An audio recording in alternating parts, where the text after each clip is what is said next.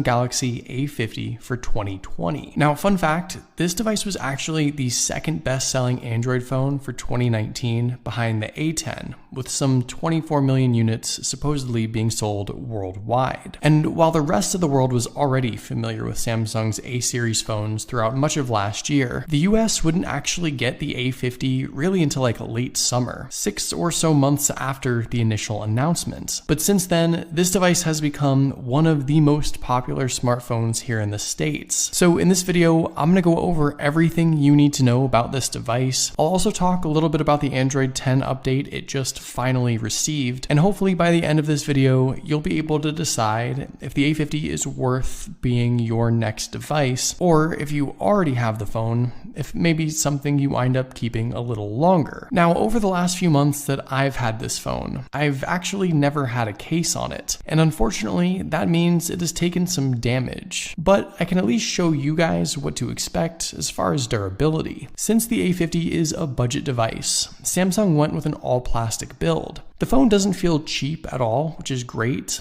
and I think the glossy finish and subtle rainbow effects look kind of cool. The housing is a smooth, hard plastic, and it's sort of meant to mimic glass while perhaps being a little tougher in the long run. And while the phone hasn't taken any major damage yet, the rear plastic has seen some better days. It's pretty heavily scratched from all the times it was sliding around on a table or in and out of my pocket. And I think the only saving grace is the fact that since this phone is that grayish blackish color, you can really only tell when it's reflecting off of something. Taking a look around at everything else, this is a phone that I think still holds up even in 2020. There isn't that much that gives this phone's age away, aside from maybe the Infinity U camera notch and slightly larger than average bottom chin. But this design is still miles ahead of even the latest iPhones, and compared to the Infinity O cutout of the new A51, the design changes are very minor. Overall, you've got a solid screen-to-body ratio and a big, bright 6.4-inch display that really stands out. I personally think the A50 is a great size, it's very comfortable and usable even one-handed, and it has the right proportions that make it not feel so tall and elongated like a lot of other phones do in 2020. You've got all the essentials, expandable storage via microSD, a headphone jack at the bottom, and an overall form factor paired with a great looking screen that I think look great from start to finish.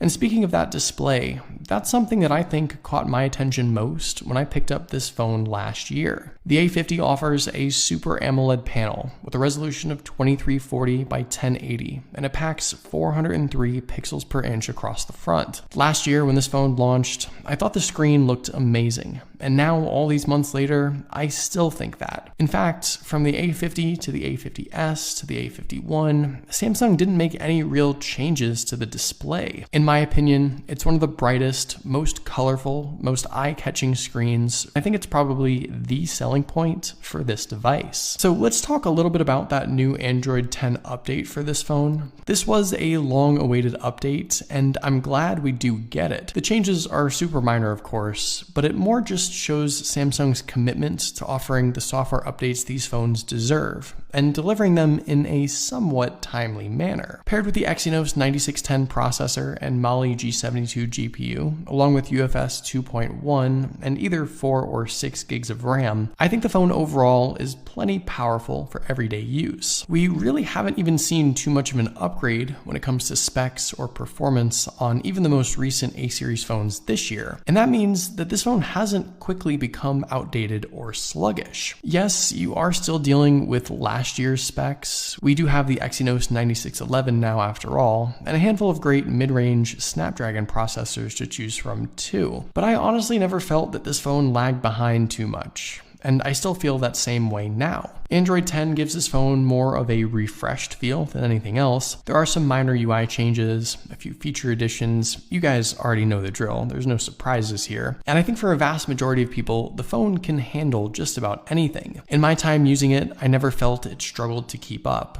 and even graphics-heavy games have played fine. All in all, it's still a device that can certainly keep up in 2020. So if you're concerned about performance being an issue, even looking ahead, I don't think you should be worried. And I've also felt felt that battery life on this phone has been pretty good as well. The 4000 milliamp capacity battery inside gets me through a day's use under normal circumstances. And no, you don't get wireless charging here, but the 15-watt fast charger is useful enough in juicing up quickly. And I think especially with Android 10 now, this phone is well optimized to power through the day no problem. Realistically, the area where Samsung has made the biggest improvements, even just over the last 6 to 8 months with its phones, has been with its camera tech. We've seen more lens upgrades and lens add-ons to mid-range and flagship phones recently than I think we've ever seen before. And this is something where the